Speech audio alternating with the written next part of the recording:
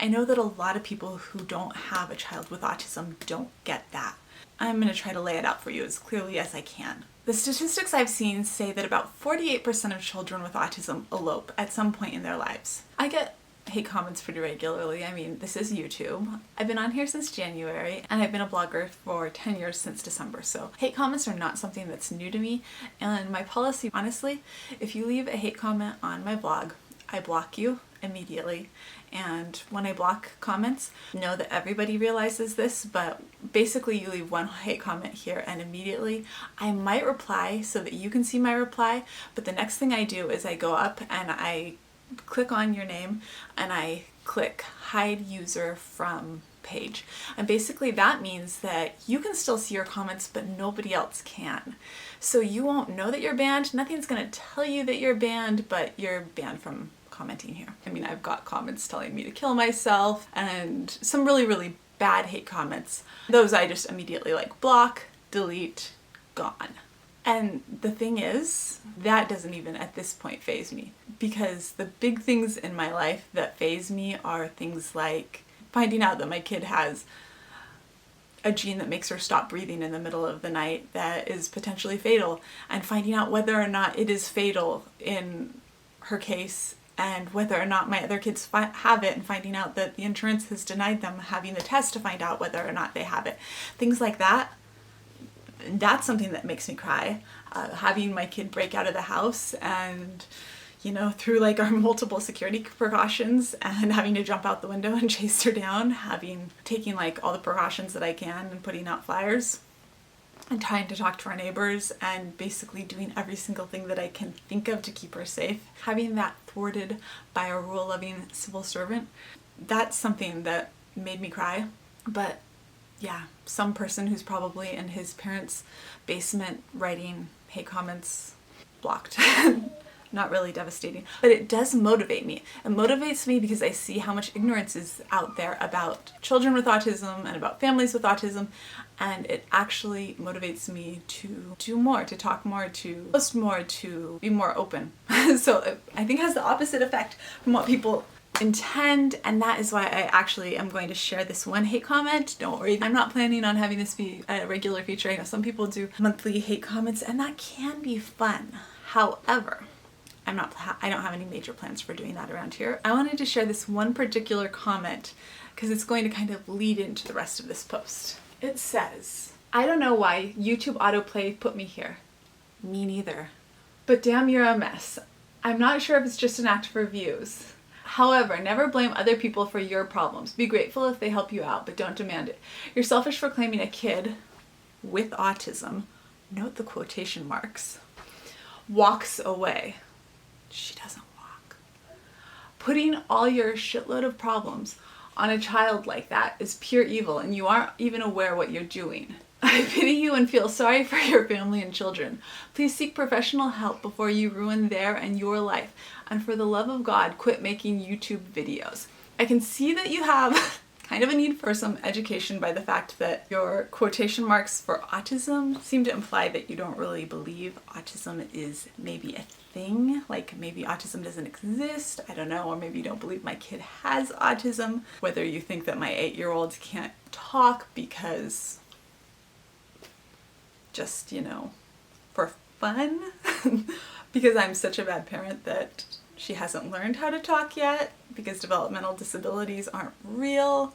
One of the things is that when you have a kid that is generally, if functioning labels were used, is on the more severe end of the autism scale, usually you don't have to defend whether or not they have autism.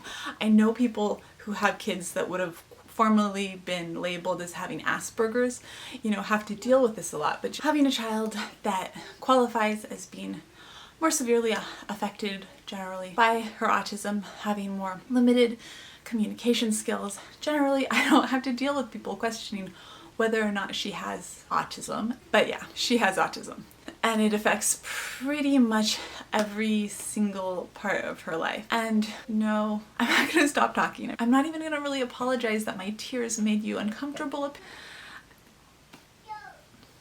That was what I was feeling. I have a child who tries to get out and run. I know that a lot of people who don't have a child with autism don't get that.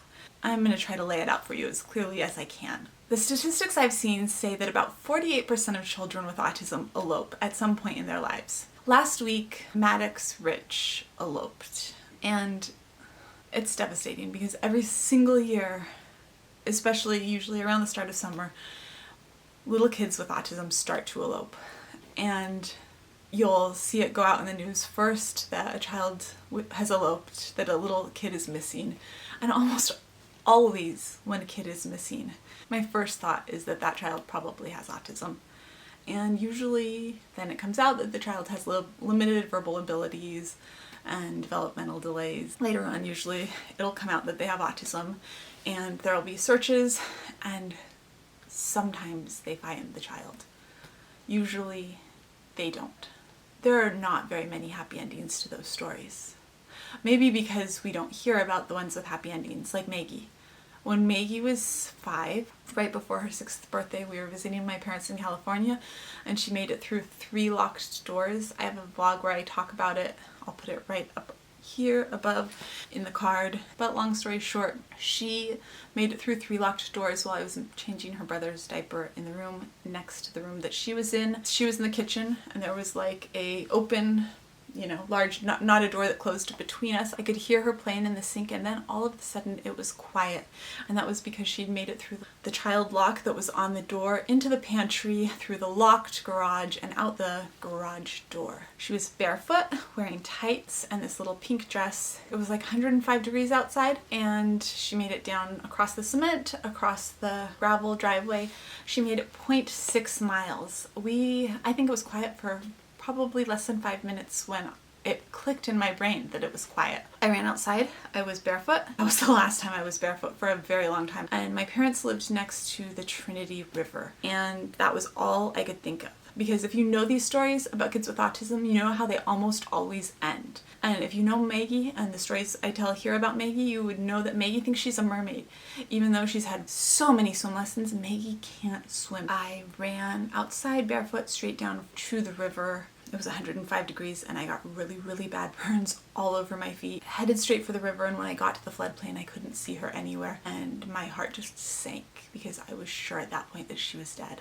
I couldn't think of any place else that she would have gone, and I ran straight all the way across the floodplain, which is probably about 100 yards wide, to the river, and was looking up and down the river, and it was just nothing. Because they live in the middle of the wilderness, there was no people, nothing there. I was screaming. My mom had gotten a hold of my dad at that point. My dad had called 911, and 911 put out. All the agencies started responding, and at that point, a Forest Service truck just happened to be coming back, and they happened to turn on our road because they heard the call go out, and she had made it 0.6 miles in the 15 minutes that it took from the time that we noticed she was gone until they got her. I'm very, very, very much aware that it could be me every single time I see those videos, that I could be that parent that lost their child this week. Since Maggie's really, really started trying to run away, probably since she was 2, 3, I would say. So for the last 6 years, she's gotten away from us twice. And that's basically because of constant vigilance. So I wouldn't say we are, as the other commenter said, blaming other people for our problems, putting the problems on our neighbors. This is more in an emergency situation, which I'm hoping never ever happens again. We're asking people to keep their eyes open. I'm hoping that she never gets away again. But I can't count on the fact that it will never happen again because it's happened twice. She's strong.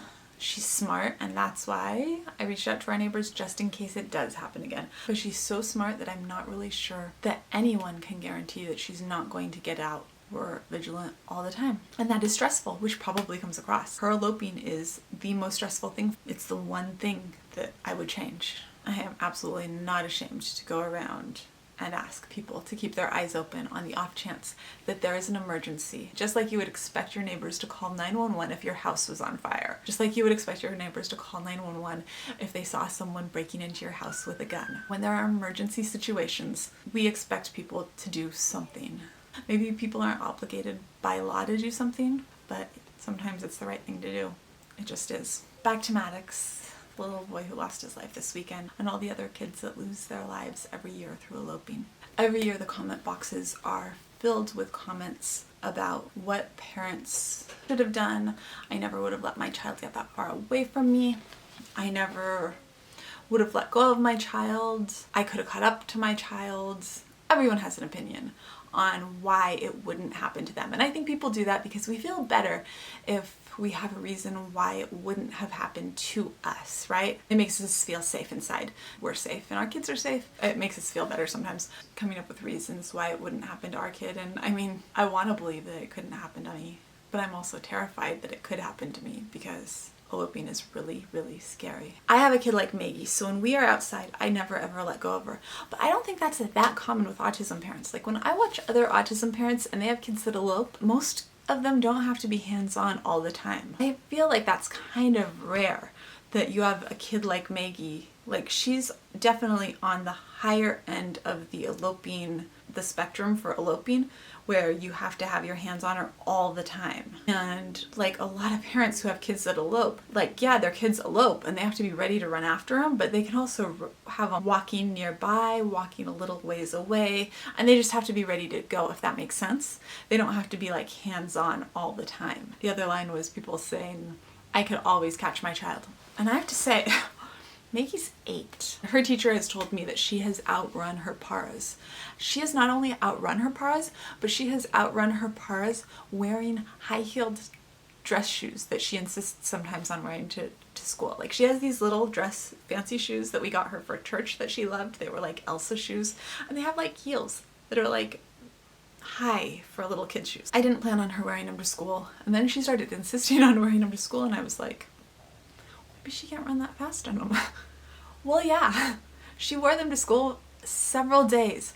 And on those several days, her teacher wrote home that she had outrun her para and made it off of school property and over into like the rec district's property in her high heels. So my 8-year-old outran her paras. And they all like, I've seen them, they wear like tennis shoes. And the thing that motivated me when I did the whole weight loss thing and started getting in shape and started going to the gym and started running last year was that Maggie was running faster than me and I was having a hard time keeping up with her, and that I was afraid she was going to be able to get away from me. I know that it's really hard when you see the videos and the tragedies. It's really hard not to want to blame someone, because of course you do. When there's a tragedy like that, it's natural, I think, to want to blame someone. But at the same time, I try to wait until the facts come in and remember that not all kids are like mine, not all situations are like mine, and there's a good chance that I maybe can't even imagine what was going on that day. Probably because I've had a couple days where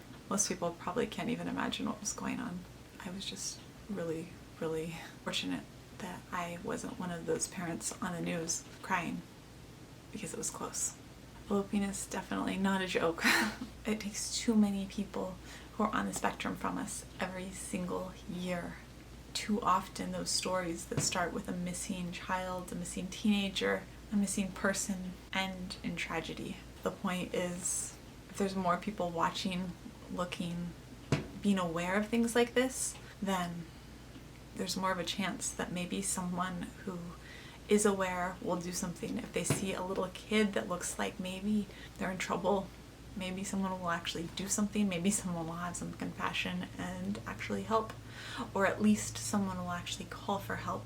I think a lot of times we just kind of want to mind our own business and keep to ourselves, kind of like the other commenter mentioned in their comment, because it's not our responsibility. But every year kids die, and yeah, they aren't our responsibility most of the time, but it ends in tragedy.